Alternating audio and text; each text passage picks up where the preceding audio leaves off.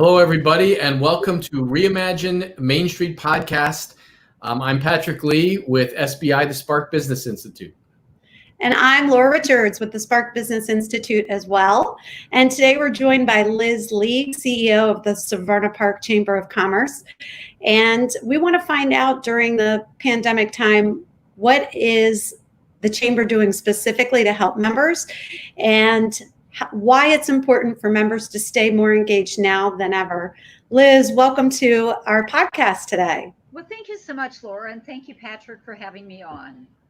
Absolutely. I will make the correction for you, Liz, because we want to get your chamber recognized appropriately. But what used to be the Greater Severna Park Chamber of Commerce is now the Greater Severna Park and Arnold Chamber of Commerce. Yes. And since I get corrected on that all the time, I thought I would go ahead and beat you to it. Yes. Well, thanks so much. It is a mouthful, especially when we answer the phone. You know, at the end of the day, we just say GSPA, CC, or chamber. Always go with the letters. That makes it easier. Exactly. So Liz, why don't we start it off by talking about how are things for you? How are things for the chamber right now today? Yes. Yeah. Well, just to give you a little bit of background about the chamber, we're in Anne Arundel County, and Anne Arundel County is a $35 billion economy, and we have 56,000 businesses in the county, and we have 6 chambers. So there are enough businesses to go around and community organizations to go around for us to support. So we focus on the Greater Severna Park and Arnold areas. We have been in operation for 63 years. When we started, I like to say that there were chickens and pigs and things like that wandering around. And there were, I have pictures to prove it. But it was a very, undeveloped area. And so the founder, whose daughter is still with us today, the founder invited everyone to be a part of it, to help businesses, to help each other, to help economic development and really grow the area.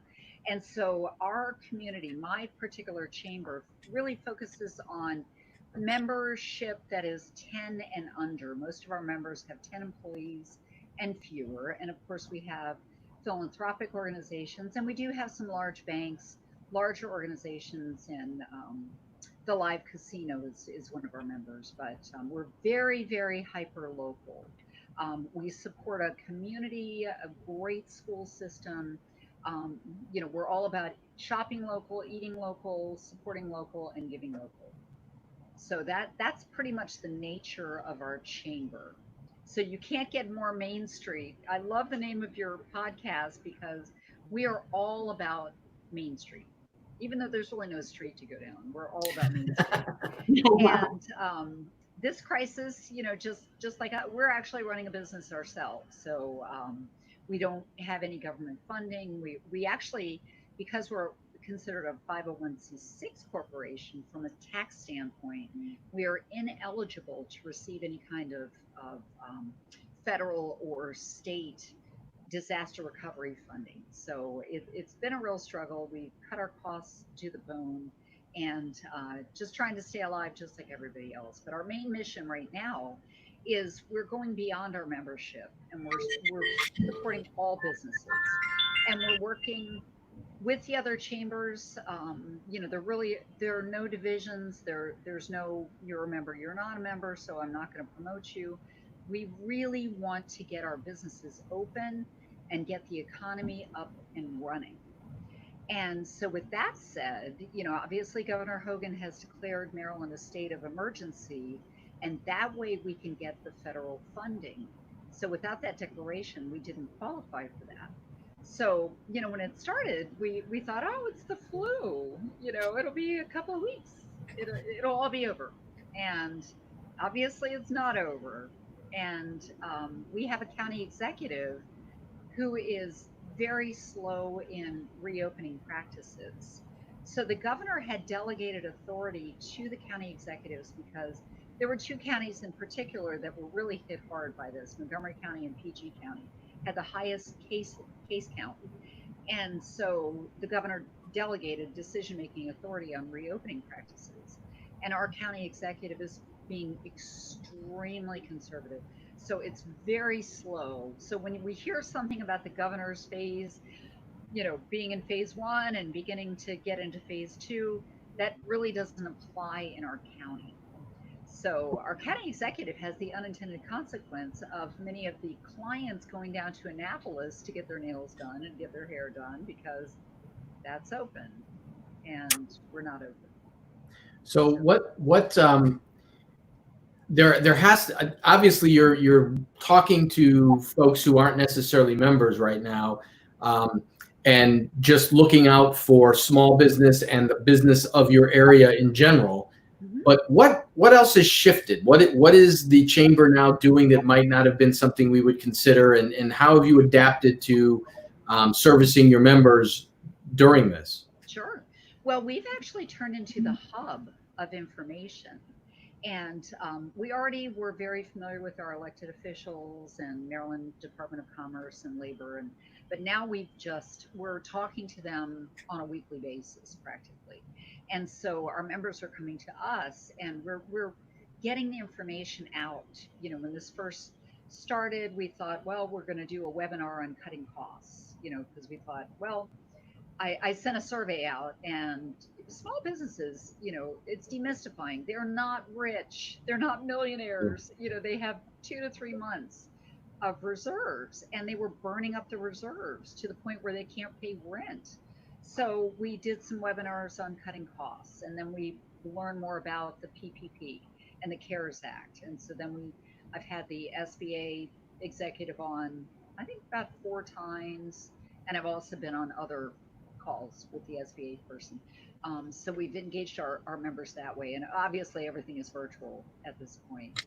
But we've really tried to be the go-to for information and sending out things that businesses may not really be thinking about right now. Anne Arundel Economic Development Corporation has allocated $5 million in grants to cover the cost of PPE equipment. So now that's just opened yesterday. So that information is in the hands of our members and they can apply. So we're just really trying to stay cutting edge.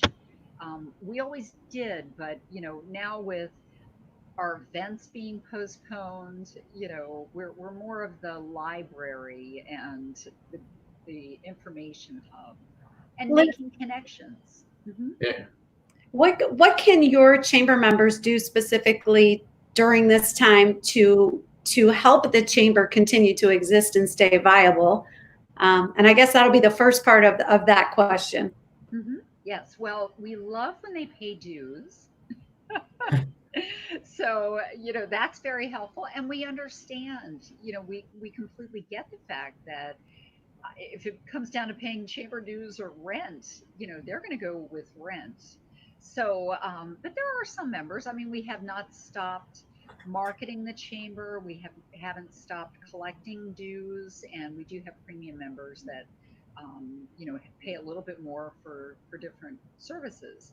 But obviously, dues are very vital, and dues are about 50% of what we do. The other 50% is events. So it was a blow to us to have our Shop Local event in May canceled and our 4th of July parade canceled.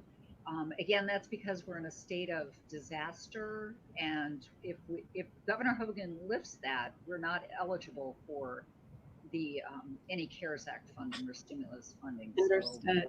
And it's hard to say how long we're going to be in this. The fortunate thing with our chamber is we do have reserves that we're trying to slow down. Both my assistant and I have cut our compensation in half to try to slow it down a little bit. So I think that's going to help for a couple of months, and then we do have reserves. But our intention is to be as viable as possible and be there for our members. That's awesome, Liz. Can I ask you a question, Patrick? You and I had a discussion before we all three got online, and we were talking about, how chambers stay viable right now. What a tough time economically it can be when your members are in the situation that we know so many small businesses are facing. From your perspective, Patrick, what is it that you think small businesses should do to support their local chambers? How should they be interacting with them? And how do we continue to make this system that's so important to the support of small business viable? Well, I think now is a time for small businesses to rethink. I know a lot of small businesses gravitate to the chamber. In a lot of instances, they don't necessarily find what they need, and so they kind of gravitate away from the chamber. But right now, looking at the chambers as a voice for small business, as an advocacy channel, I think is critical, because I think small business needs as many voices speaking for it as possible. And the more that you can speak as a unit, the more impact you're going to have. So I actually, one of the first steps I would even advocate that small businesses do is to tell the powers that be, tell their representatives and their senators and their delegates and, whoever, that they need to consider that these chambers are a voice for small business. And as such, small business wants them to make the exceptions to whatever laws they've passed that allows for these chambers to get the stimulus, the aid, etc., because it only benefits small business. So that I think is one of the very first things. And I'm actually going to kick this over to Liz, because Liz, you were giving me some stats a couple of days back about the number of chambers that are closed down or probably not even reopening. And those percentages are kind of scary. They are. It's very sad. It's about 20 to 30% of chambers. Actually, I think it's going to be higher, because this is going on longer than we thought it was going to. And, it will go on even when we are 100%, our businesses are open for business at 100%. The crippling effect that this has had on revenue for our businesses, it's going to take a long time to recover. My neighbor at the chamber, we've been going in every day, actually. We haven't closed because there's just two of us. And I put a cat in the office. So if you're taking care of an animal, you can go in. So anyway, I'm going in to tend to the cat and tend to our businesses. But anyway, my neighbor said, it's going to be years before I can pay my dues. He said, I can't pay my personal rent or my business rent. And so it's real. It's crushing. We have got to get money circulating in our local economy. What we're doing right now is we're working with different industries on reopening strategies. We had a call last week with the beauty salons and talked to them. And I have to say, all of the members and non-member, all the businesses, they don't want anybody to get sick. They don't want their employees to be afraid or clients to be afraid. They are doing everything they possibly can to be as safe and trustworthy, and the protocols they're putting in place are unbelievable. And they're scared to death to open. And so, that's a lot of it too. They need that support and reassurance themselves. And you get on social media and people are saying, I'm not wearing a mask, so I'm not going shopping, or or I'm not going out until I don't need to wear a mask. So you've got that percentage of people that are in that camp that aren't ever going to go out until there's a cure. So that's going to impact business. So even with the restaurants opening and having outdoor dining, that's just not enough. And it hasn't been enough with carry out, because again, the money is stagnant. And then of course we have the situation with our unemployment system that's been completely ineffective. And so you've got people that have been unemployed since March that haven't seen a penny. So it's going to take time. It's going to take time. And so today I had a meeting with the martial arts and fitness industry to talk about their protocols. Now, they're not near opening, but again, they actually set the standards for sanitation. When you think about it, some of these businesses that are in phase 2 and phase 3, they had so many sanitation protocols in place already because of MRSA and all kinds of opportunistic things that you can get. So they're scratching their heads and saying, why is Walmart open, but we can't open our studio that's non-contact?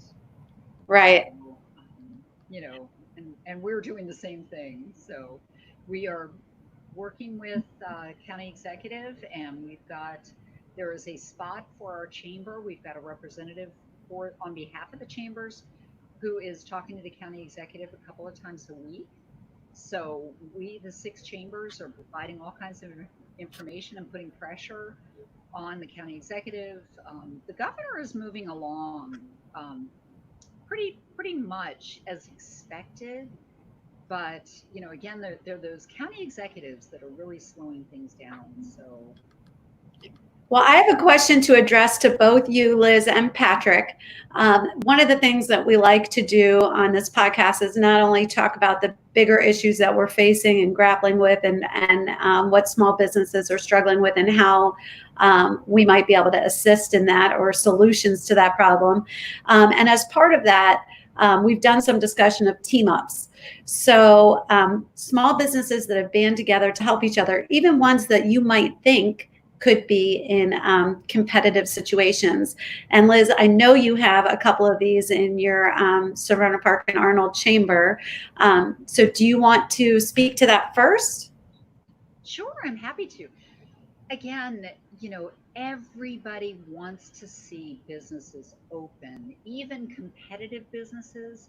I had 3 martial arts studios on that call today, and they compete against each other. But we want to get business going again, and the economy restored.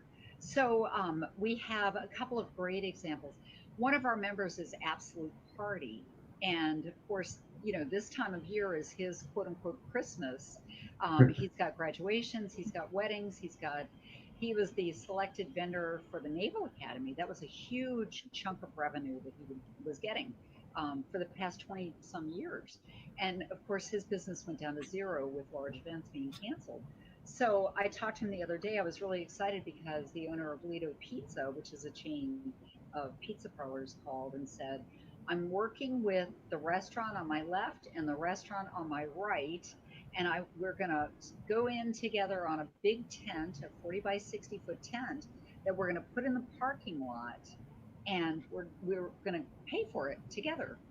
And I said, well, how are you going to do that? Are you going to have wait staff out there? And he said people are going to be placing orders, and they can dine outside. They can go to any of those restaurants and dine outside, and they're going to pay for it together. So I was so excited. I called Absolute Party to break the happy news, and he said, you know what? I've gone from 0 to 10 employees, because now that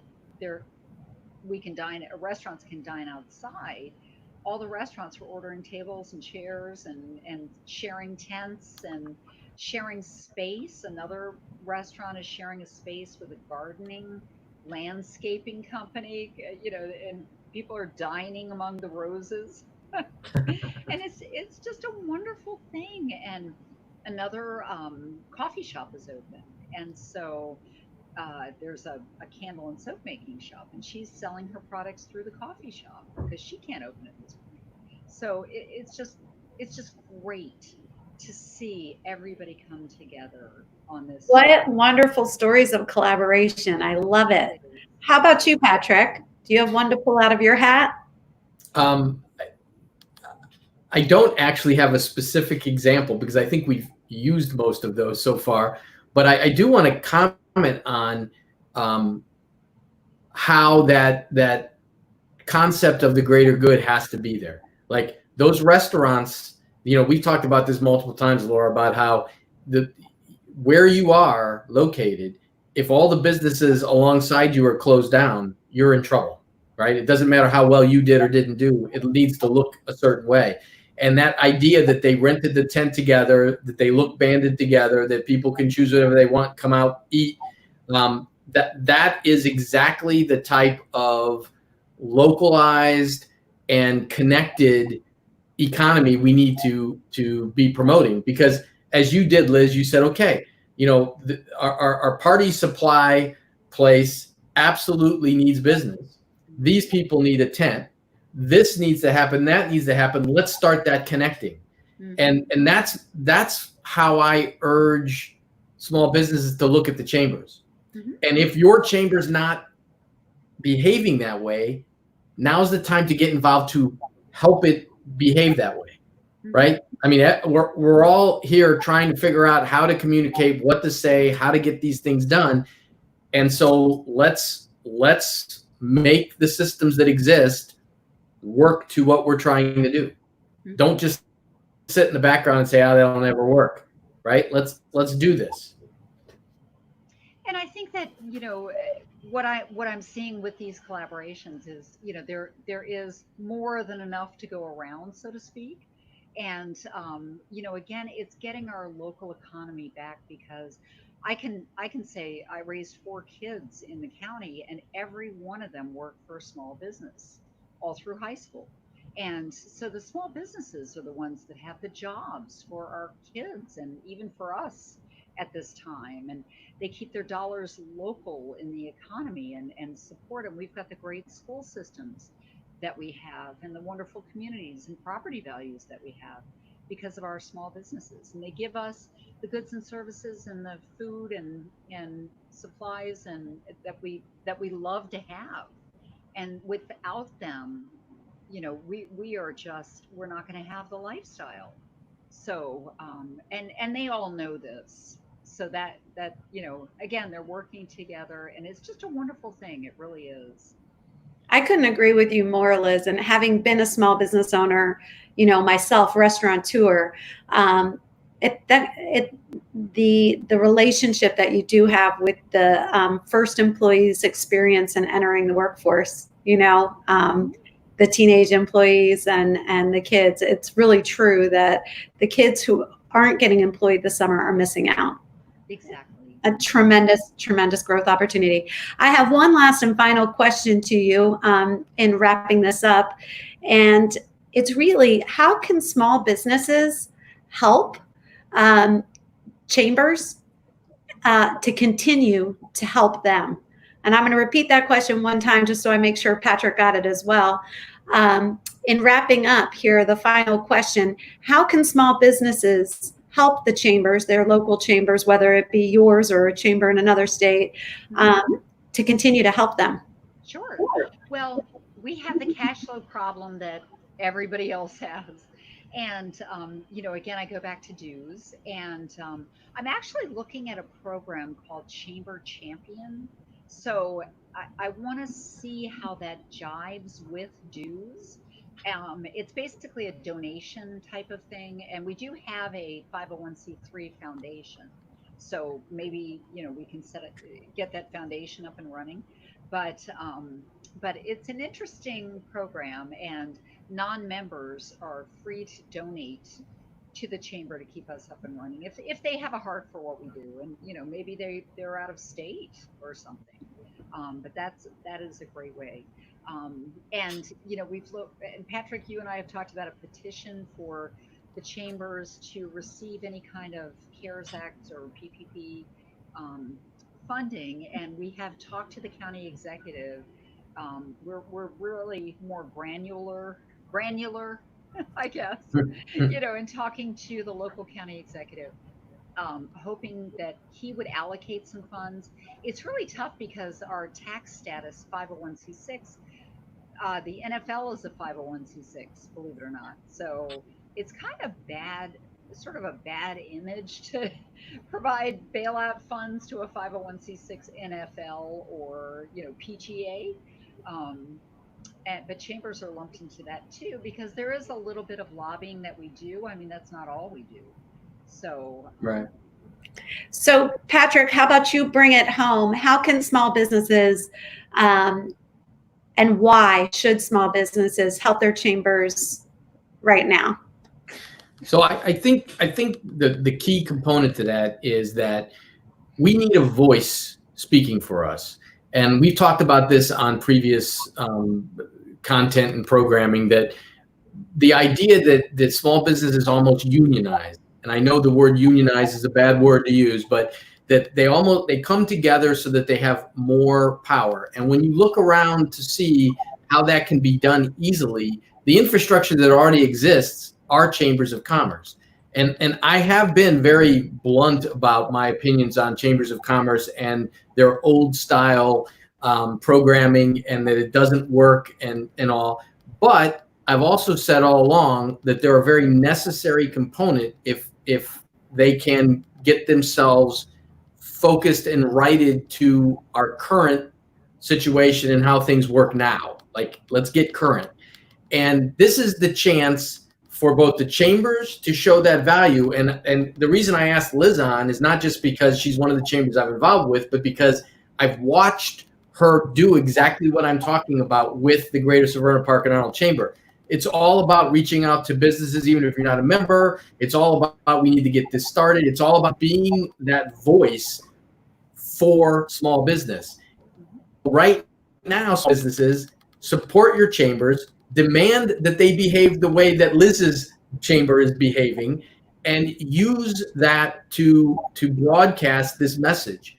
And the other thing to tell you is this: it's really hard for the chambers to advocate for themselves because it's self-serving, right? They go out and they say, well, we should get stimulus money too. And everybody goes, yeah, yeah, yeah. If small business owners step up and start saying in unison, no, we agree with that, they speak for us, that has a greater impact than Liz saying, hey, can I please get a handout? So as a small business owner, go be part of the chamber, use the chamber as a voice piece, and support the chamber so that it can do that for you. And absolutely inquire with your chamber if they see any potential matchups for you. You never know when your chamber is going to be able to recommend something that you might not be aware of. So engage with your chamber and be a part of the solution for what comes next. Thank you, Liz League, for joining us today. Thank you so much. Thank you. And thank you, Patrick. And thanks to everybody who's listening to this podcast. We hope to see you on Tuesday. Bye, everybody.